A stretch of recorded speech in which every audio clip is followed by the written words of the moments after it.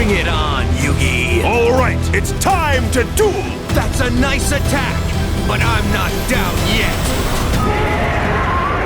yet! You're listening to the Shadow Realm Podcast, brought to you by Bemani Lounge. All right, here we are for another special edition of the Shadow Realm Podcast. And today I have with you guys a very special guest. His name is Shannon Long. How are you, Shannon? Pretty good, man. Chilling. Yeah. So Shannon is one of those players in the community who is known for playing a specific deck. Like you have Triff out there playing Pendulums. You have Robbie Cole playing Gadgets. But you have Shannon playing Mekk-Knights. So yes. Shannon, first of all, tell me like what you've done with this deck. Like just pure Mekk-Knights, not even Invoke, just pure. So just pure Mekk-Knights. I probably won at least, definitely well over first place, 10 regionals. And then I topped Fort Worth with them. Yeah. Nice. Yeah. So Shannon, when I met you, it was Catskill Regionals, and you gave me the sauce. I remember like it was like round 8, and I was like X01 or X1 at the time, and I think we were playing at table 2 or table 3, and you were like undefeated with Mekk-Knights, and I thought it was a joke. Like I thought like someone was playing a prank on me. Like I had no clue what was going on. I'm playing against someone named Shannon. Like I thought you were a girl. Like I didn't know what to think. So like I'm like, all right, I'm gonna play against some girl playing Mekk-Knights. This is gonna be easy 2-0. I'm playing Thunder Dragons. So like you would think like Colossus like would be good enough there, but that was not the case. So this man, to tell you what happened, he artifact sanctioned me, so I couldn't play for a turn. And then you use, was it Scars that brings back level 5 or higher? Secrets. So World Legacy Secrets targeted the Scythe in the graveyard and summoned it back on turn 3. I'm like, wow, now I can't play for another turn. And then I get OTK and I'm like, yeah, you got it, bro. And I remember walking back to my friend. He's like, oh, so how quickly did you win? And I'm like, bro, I lost to Mekk-Knights.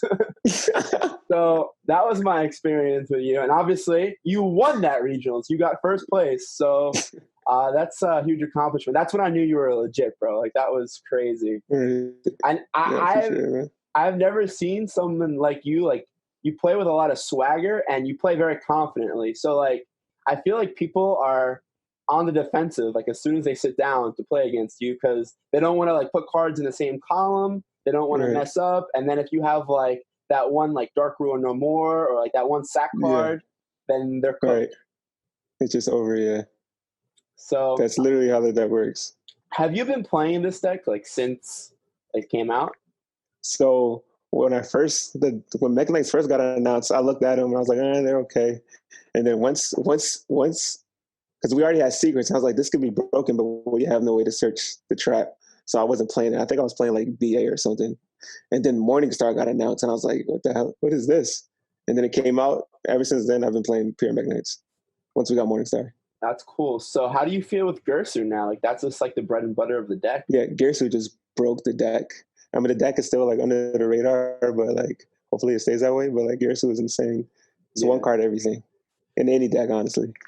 Have you ever like tried the invoked version? Because I know I played invoked Mekk-Knights. I got like my first regional invite or national invite with it, and I enjoyed like how like consistent it was. This was like 2.5 years ago, but did you ever try that version? Like I know you're very against it. So tell me what your ideal is about now that. I'm against the reason why I'm against it now is because I played it for a very long time. So I played pure mechs, and then it was subpar because we were still missing a lot of cards. Mm-hmm. So I started playing mech Invoke, which was really good back then.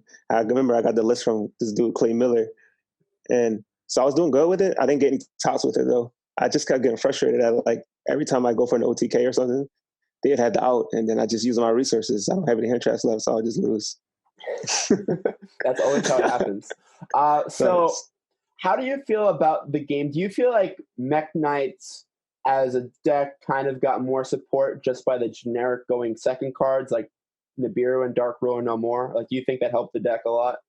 Oh, absolutely. Like Mekk-Knights as a whole, like obviously it's a go second deck. And I think about this with any go second deck. As like formats change and we get new cards, they only get better. So like hand traps, like Phantasmate broke the deck. Nibiru broke the deck. It was just infinite impermanence broke the deck. Anything that helps you go second, that keeps coming out, the deck just gets better over time. I agree. No, it just snowballs. Like once you resolve like that first purple, and if you're able to protect yourself from dying, like the purple comes back, you got another blue sky, you get another search, you summon indigo, and then on your opponent's turn, you have secrets and you move indigo twice, and then if you have another Mekk-Knight, that's like 3 negates almost. Like it's like a skill drain pretty much. Right. And your opponent's like gonna try to play, and they play into it, and then you just counteract them. So it's like it's such a weird deck, but I feel like if you pilot it consistently enough, like you know how to outplay your opponent. Yeah, you definitely have to know every matchup.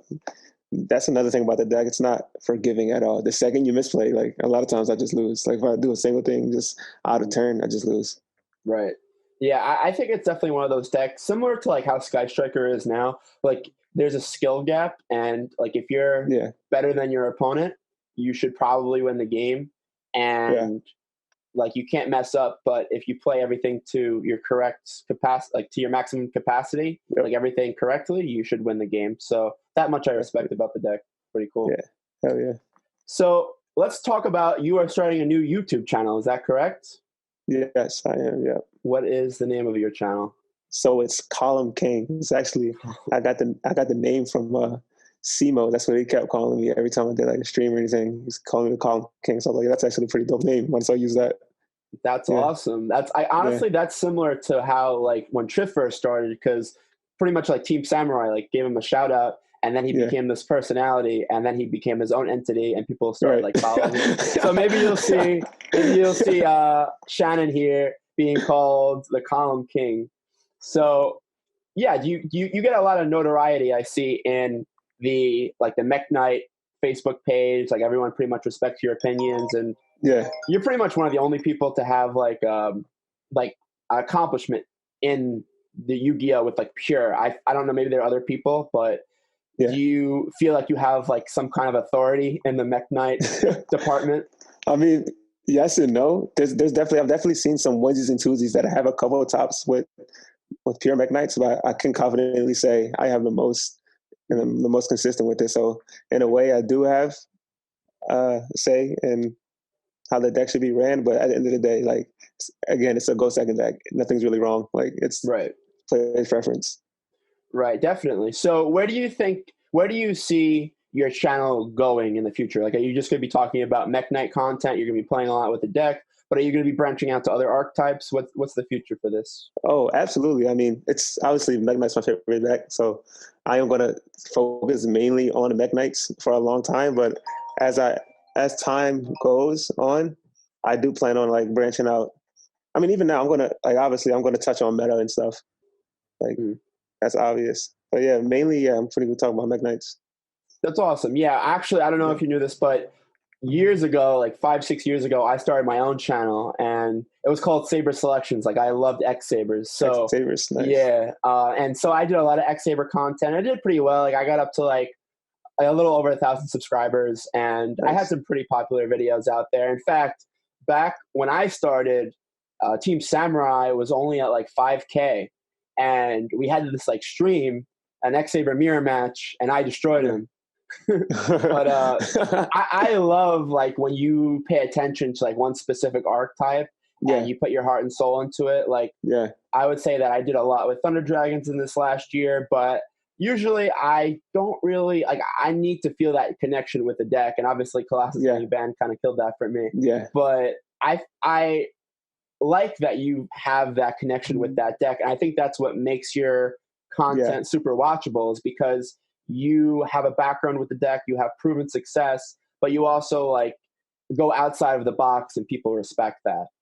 Yeah, I agree. I mean, I've been playing. Obviously, I wouldn't be as good with the deck as I am now if I weren't playing it consistently. I've definitely been playing it for well over 2 years now. Just that deck. That's it. Yeah, it shows. I feel like you don't have to spend that much money on the game. Like people always be buying these new decks. Like I bought 3 decks in the last 2 weeks, and here you are playing the same deck. Like these people, it's like these people playing True Draco, right? Like up until when Diagram got put to 1, like people played True Draco forever from when it came out, and you'll still be seeing the same people playing True Draco at locals for 3 years, and they never even bought like another Yu-Gi-Oh card. Some are like salad players, like they buy 3 structure decks and like maybe some sign-it mitings, and that's really like all they really do. But that's cool that you have that connection to that deck. So for the sake of your subscribers, because your channel is pretty new, why don't you tell us about a little bit about yourself, like outside of Yu-Gi-Oh? So like, what's your life like? So if everyone doesn't already know, I'm in the Army. I've been in the Army since 2017, so not too long. Well, 2017. Honestly, there's not much to really say outside of that. I'm in the Army. I'm a scout sniper. Okay. So you snipe with guns, or you snipe with Mekk-Knight? Yeah. All right, cool. Facts. No, I just been taking it easy. I live out in North Carolina, Fort Bragg. That's where I'm stationed. So that's where I've made a lot of my friends since I've been here, in terms of logos and stuff. Awesome. But so you travel back a lot? home? Yeah, I travel a lot, especially before COVID. I was like, you'd always see me at a regional. Right, definitely. But yeah, most of my homies are like back in New York and Philly. Yeah. Awesome. So what's your biggest goal in the game? Like outside of getting your YouTube up to like X amount of subscribers or being popular, like what do you want to do in the game? Do you want to win nationals? Do you want to be of course. world competitive? That's literally like the main objective. Yeah. Go to not just go to nationals. I mean obviously go to nationals, not just win nationals or win worlds, but to do so with Mekk-Knights. I want to do that. That is the dream. I want to do it with Mekk-Knights so bad. Yeah, I think it's definitely capable, especially when you have that format when everyone's going first and there's like a set specific deck. Like I think one of the reasons why you had so much success, especially like in the last year and a half or so, was because one of the best decks has always been Sky Strikers. And I feel like Sky Strikers, while there are variants that go second, it's mostly like a going first deck, and they would like set like some back row. And I feel like it's super easy just to like play through the back row and it is blow them out with evenly matched. Yeah, I get questions all the time about like how the Mekk-Knight for other guys, their matchups against like Altergeist or Subtears or just Sky Striker, just back row heavy decks, that it's hard. But I don't really see it. Like it's literally they're giving you columns. Right. So back row decks were never really hard. But yeah, back row heavy formats are like really, really easy for Mekk-Knights.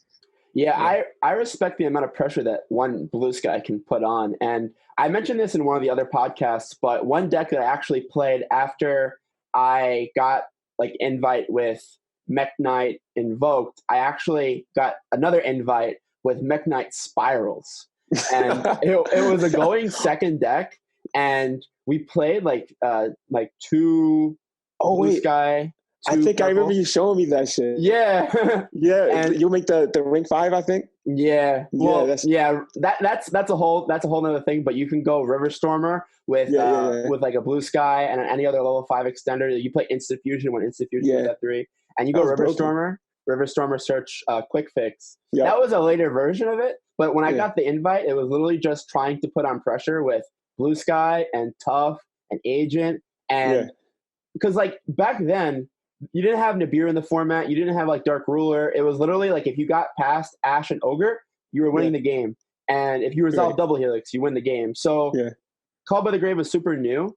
And we were thinking of cards that would bait Ash and Ogre. So like since Blue Sky lost to Ghost Ogre because it checks on resolution and people started to pick up on that, we knew that if we summoned Blue Sky, if they had a hand trap, they would use it on the Blue Sky. Yeah, so we would bait hand traps with the Blue Sky and the purple, and we would just go, all right, normal summon Tough, special summon Agent, pop, go Double Helix, Master Plan, summon Sleeper. Now that you put it that way, I'm taking disrespect to it because it sounds like you were just throwing Mekk-Knights.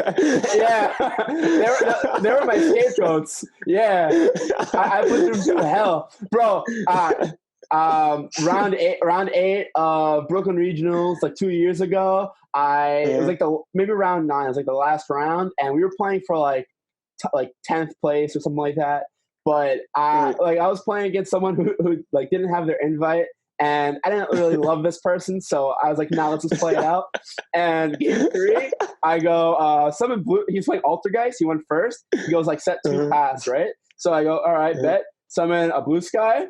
He goes thinking, and I'm like, okay. And he goes, I'm gonna use my Ash now. And my friends are sitting in back of him, and they're just like laughing so hard because they know what I'm about to do. And I go, all right, bet. Normal, I activate like resort, so you can't target my shit. Normal summon Tough, special summon Agent, pop both of his back rows, and then I start playing the game. So it was pretty funny. I love Mekk-Knights, man. Like they're so like they're extenders.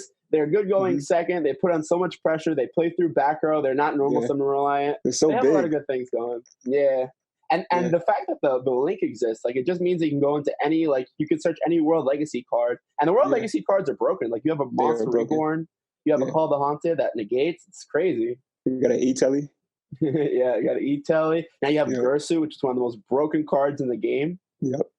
I might start playing Mekk-Knights now. Seems pretty good. It is, man. It's a fun deck. All right, so let's segue a little segue here. Next segment of the show. Let's talk about the meta. So meta coming from the mind of a pure Mekk-Knight player. What do you think the best decks are right now, and how do you play against them? How do you play against them with a going second deck? Yeah, so the best deck to me by far, I think Adam is the best deck, obviously. I think the Synchro Eldritch is broken, but like I don't know how to explain it. I think Adam is just I've played against the deck so many times.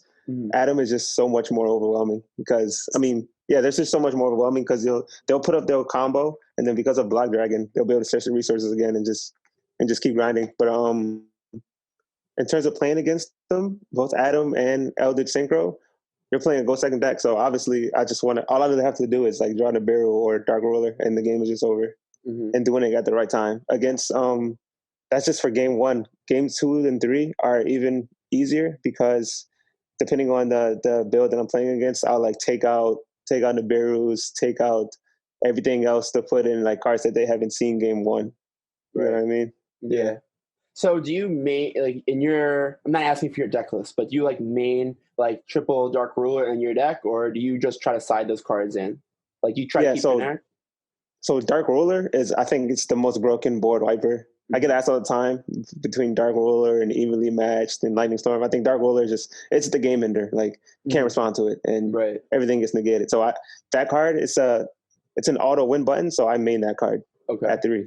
But cards like Nibiru, I play 2 of. Like for me, when I built my deck, because I'm always playing go second, if the card isn't if it's not a game ender or it's not a direct support of my engine of Mekk-Knights, then I'm not going to play 3 of it, or I'm not going to main it. So Dark Ruler is going to win the game. I'm going to play 3 of it. Right. And so how do you consider your ratios from like hand traps to like game ending cards? Like do you play hand traps like Ash and Baylor? So funny thing about hand traps, the only hand traps I've been playing are Nibiru and Phantasme and Infinite.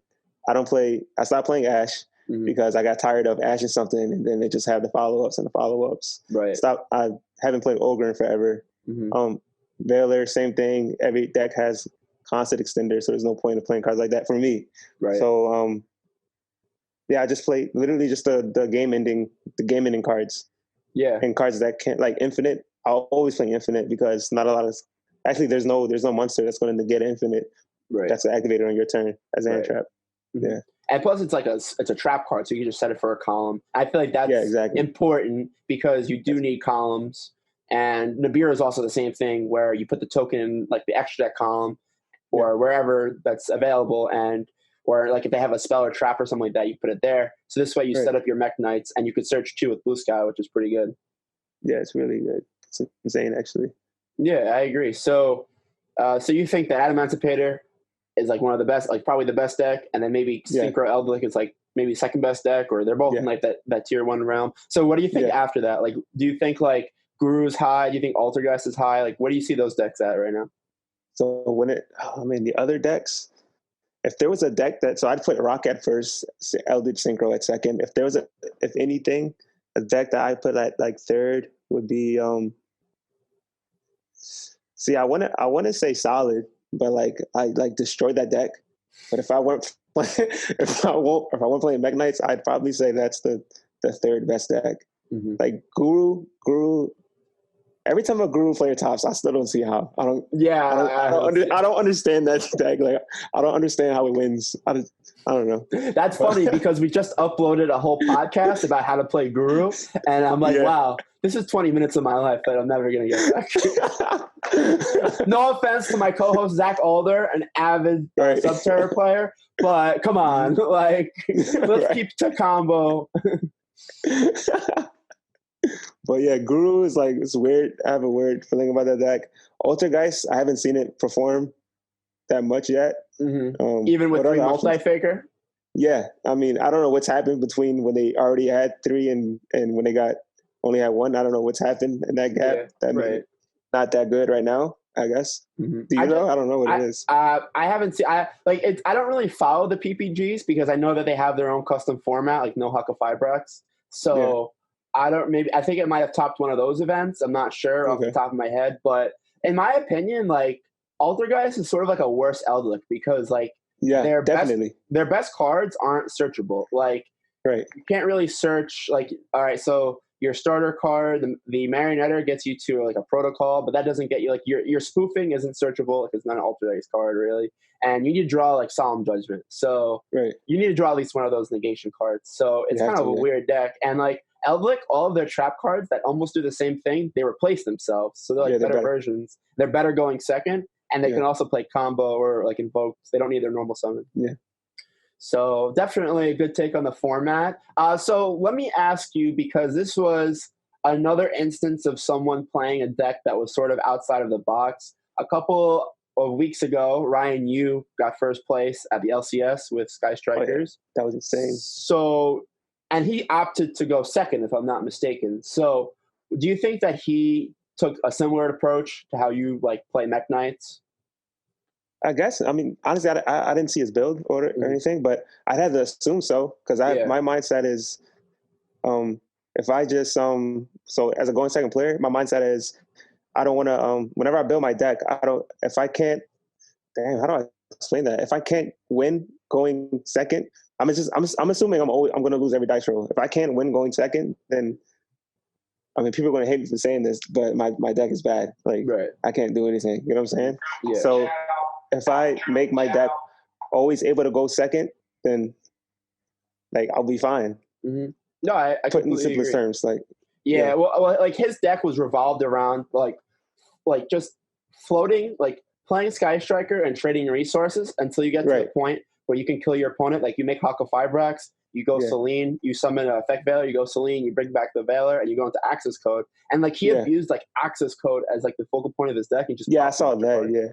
Yeah, that was insane. So I think that was sort of like one huge like breakdown in the meta because like we thought the format was so defined, and maybe like the Rock deck is still the best deck, but you still like have everyone started thinking. Yeah, everyone started thinking. Yeah. So it just goes to show that there is space for other decks to compete. It's not just like if you're not playing the best decks, you can't win.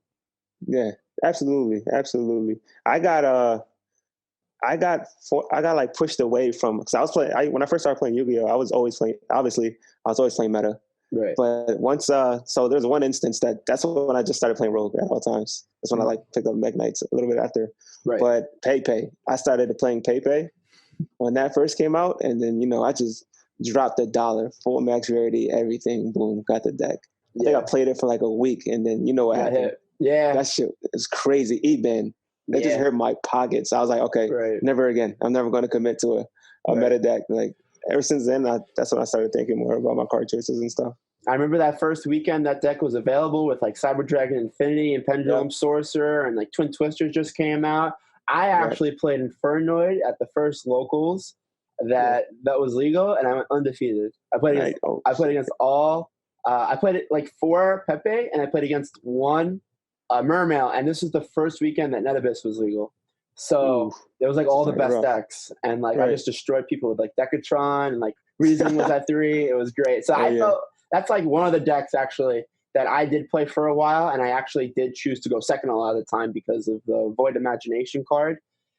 It's just like so powerful, like Shaddoll Fusion. Like you just like resolve it and you like pop every card in the field. It was insane. You send all your Infernoids. So definitely, like if you know the format really well and you expect like in Pepe format, when Pepe format just started, you knew that if a player was good, they're probably going to be playing this pendulum deck that just came out that sets up like 5 negates. So if you expect that you're going to play against this, like if you expect that you're going to play against Rock Combo or like Eldritch Combo, pretty much like all those cards, it's like, all right, Savage Dragon, Arclight, and like the Buster Lock. Yep. Like, what cards do I use out that? So if you have like the Dark Ruler, like you like pretty much like reset those cards to vanillas, and then you just pretty much have to get around the Buster Lock, which really isn't a problem for your deck. Not at all. Literally, I just go Dark Ruler, summon, attack. It's just a lot of times it's just summon attack against Rock. It's literally just summon attack. It's like playing Goat, kind of. Yeah. Like they think they're playing 2020 Yu-Gi-Oh! And they're like, wow, I have all these cards, like Block Dragon, search for 3. It's like Pokemon, like draw 5 cards, and like they think they're so nice. And then you're like, all right, Dark Ruler, like attack, and it's like set of cards, pass. I agreed. Draw 2 cards. That's facts, man. That's facts. Yeah. So, all right. So, moving on to like the last segment of our show. So, like one thing that we always do pretty much on a regular podcast is we talk about this book called Road of the King by Patrick Hoban, and pretty much is like a whole book on how to play Yu-Gi-Oh, how to play tournaments. Then he breaks it down into deck building rules. We could just throw this book out the window because Shannon, you use none of these concepts. Like I have read this book from cover to cover, and similar to former national champion we had on the show a couple episodes ago, Eric Christensen, who he won nationals with Monarchs, but he's known for winning 2016 or 2015 YCS Dallas with Infernoids, and he went 16-0. And like he believes like there's no rule. In fact, like he has like he's up in head-to-head matches against Patrick Hoban, so he refuses to read his book. And you're kind of similar. Like you have had a lot of success. And like one thing that Patrick Hoban states in his book very clearly, like always deck build to go first. And I have asked him personally, like, hey, this is this really good card for going second, and I'm thinking of playing a going second deck. And even to this day, like he's not playing right now, but even to this day, he'll tell me like never play to go second. Like it's never a good idea. But for some reason, like you have just found all the success with playing a going second deck. So I feel like you have to write your own book, bro. Like what concepts, what are your deck building rules that fits the anti-Road of the King mold? So like literally what I just said earlier, if I built, I'm going to assume I'm always going to lose the die roll like every time because I'm just that good. So my opponent's always going to have to go first because everyone's playing the same deck and they want to put up that board. So in that theory, if I just play go second cards, boom, I win. And then in the same theory, they know they like a lot of times, like actually before COVID, when I go to the events, everyone knew who I was. So everyone knew what I was playing. So of course, everyone's making me go first. It kept happening. So if I'm going first, so boom, I play all these go second cards, right? I draw my 5 cards. You make me go first. Hand trap, Mekk-Knight engine, Mekk-Knight engine, hand trap. Okay, cool. I can't do anything. Pass. I have all these hand traps. Kill me. Oh, you can't? All right, cool. Now I'm gonna just play Mekk-Knights. So one card that was so interesting that when I played against you, you were playing Awakening the Dragon. Like how does that I don't know if you still play it, but like how did that card like fit into your strategy? Was it like because you're assuming that against Mekk-Knights, people set card, like people try to like get rid of your sets because they know that you're going to try to build a column and they're going to try to pop your back row. And they know that you're going to be setting into floodgates because like the opposite of like they would put you go first, but they think that you know that you're going first so that you're going to side in floodgates and they're going to side in twin twister. But instead of you siding in floodgates, you side in like Awakening the Dragon. So this way when they twin twister you summon a big monster and then it's like they don't have a win condition anymore. Right. It's even more prominent now because of Lightning Storm. They can't pick and choose. They just everyone's playing Lightning Storm. But like game 1, even if they didn't know I was fighting floodgates, game 1 they saw secrets. The face up trap. That's again everything. So off the rip, they're thinking, oh, he's playing that skill drain card. I got to play cards to get rid of that. So I just side in the Waking. They're thinking I didn't hard search it, so I hard drew it and I set it. Or like even if I wasn't finishing my combo, I was just setting a card in front of a back row to summon a Mekk-Knight. The majority of the times they're going to want to get rid of it so that you don't start for combo. And if it's Waking the Dragon, you just summon an auto win. You summon a Scythe off of it, or do you summon like a big Xyz monster? It literally depends on the matchup. You like 90% of the time it's Scythe. I summon Scythe. Just so I can just keep looping it. Right. Would you play like Sanctum, like going second, or would you only play that for going first? Because like if you get over your opponent's board and you're like able to like establish like your engine and then you set Sanctum, like that's game over. Oh, that's what you mean. Yeah. Absolutely. I do that all the time. If I know I'm about to go second, it's game 2 or 3. I'll still side in the Sanctum because I can clear your board and then summon side. Like broken. Gotcha. So obviously, Mekk-Knights is one of those decks I feel like it's not really tier 0 broken. I feel like it's never going to be like that deck where it's going to get hit. So I feel like it's going to be around for a while. Do you think that Mekk-Knights will continue to be like not in the meta, but sort of like a step below where you can continue to play it for a very long time? Absolutely. Absolutely. Because there's no one like going, like the deck isn't running wild like Rocks or Eldritch Synchro. Like there's no one playing it. So there's no reason for it to ever get hit. The only card that might get hit, but it's still under the radar is Girsu. Right. And that card won't get hit for a long time. And like even Orcus is not really doing amazing. Like you see 1 or 2 decks pop up, but the deck's not consistent enough, in my opinion, to just like run rampant. It's not better than Emancipator. And then like even above that, like Rocket's still better. I think Mermills is still better. And then like maybe Orcus after that. But I think Girsu is gonna stay for a while. I actually completely forgot about Rockets when you asked me about the best decks. So I definitely got touched by Rockets right before this. Rockets are broken. Oh yeah, with the new Toon Chaos card. Yeah, they just keep looping the dragons. It's crazy. Yeah, that's what I was saying, man. Like it's hard to just stick to going second when all these broken going first decks are existing, you know? But at the end of the day, they just end on the same 3 cards. It's just they do it in different ways. Right. You just gotta adjust. That's what second decks do. They build and adjust. I keep losing. All right, I'm gonna change it up, switch it up on you. So would you ever play like a going first deck again, or no? Would you you love like the way you play Yu-Gi-Oh going second? This is me. Like I love going second. Right. The last go first deck I played was PK Fire. That was a hot minute ago. Yeah. That was like that 2016. Yeah, that was But listen, Mekk-Knights, they're broken. They're absolutely like one of the better like archetypes that ever existed, and sort of similar to True Draco, like or Sky Strikers. Like all the cards are just really good, and they put on a lot of pressure, and they're good going second. And they're not to the point where it's like really like insane, but you consistently play every game, and I feel like you'll always beat players that are worse than you. Yeah. So, all right. Do you have anything else you want to say about your channel or anything that your subscribers should know about you and where your content is going in the next couple of months? Nothing too crazy. Like I said before, I'm just going to be putting up a lot of content on Mekk-Knights. As I told you, I'm just waiting on Wednesdays and Tuesdays for things a couple milestones I got to hit before I do so. Right. Should be happening by the end of this month. I'll be able to consistently provide people with content. But yeah. Just excited for it. Sounds good. Well, the Shadow Realm podcast is brought to you by Bemani Lounge, and we have our own Yu-Gi-Oh! EDO Pro tournaments on Sundays and Wednesdays. So maybe you'll see Shannon play in one of those tournaments with his Mekk-Knight deck, take home the pot. And it should be pretty fun. You're a part of Team Ape, is that correct? Yes. So shout out to Team Ape, and hopefully we see Shannon doing some things in the near future, hopefully with IRL Yu-Gi-Oh! Getting back to regular. So thank you, Shannon, for joining the Shadow Realm, and we'll see you on the next episode of the podcast. See you later, guys. Bye.